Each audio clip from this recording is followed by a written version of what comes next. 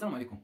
الى سولتك شكون هو امهر لاعب في تاريخ كره القدم، من قديم الزمان يعني منين بقيت كنعقل على راسي وانا كنتفرج في الكره كنت متيم بالكره البرازيليه ديال الثمانينات والتسعينات. غتكونوا متفقين معايا بان الكره البرازيليه واللاعبين البرازيليين كانوا من الافضل والامهر على الاطلاق.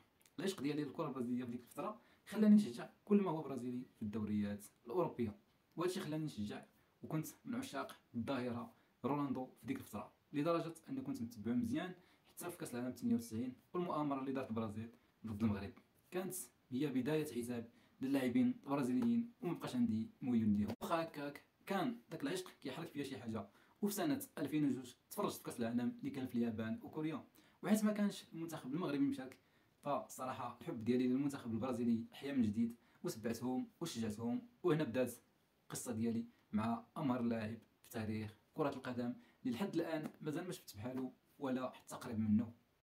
في هذا الكاس بدا عشقي وحبي للاعب اسمه رونالدينيو. من هنا بقيت كنتفرج فيه وفي الاخبار ديالو، خصوصا فاش انتقل لبرشلونه في 2003. رجعت مدمن على المباريات ديال برشلونه على قبله، حيت انا عمري كان حبي للفريق برشلونه ولا عمري كنت متبعه، ولكن بوجود رونالدينيو في الفريق كان كيخليني نتفرج فيهم. وبصراحه القدوم ديالو للبرصا حياه من جديد، وبقيت متبع هذا الساحر البرازيلي. ومع اطلاق منصه اليوتيوب سنه 2005 كان اول فيديو كيوصل كيفوت مليون مشاهده في تاريخ اليوتيوب هو الفيديو ديال رونالدينيو. المهم ان هذا اللاعب الى يومنا هذا لم ولن نرى مثله، كان يمتع كل من يشاهده هذا الساحر.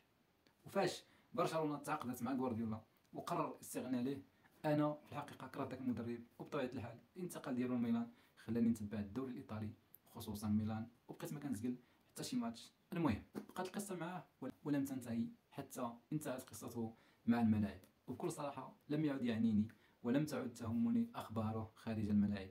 كان حبي لسحره في الملعب وليس لشخصه. انتهت قصه حبي للاعب لم ينضبط وخرج على راسه، حيت كان خصو مازال يمتعنا.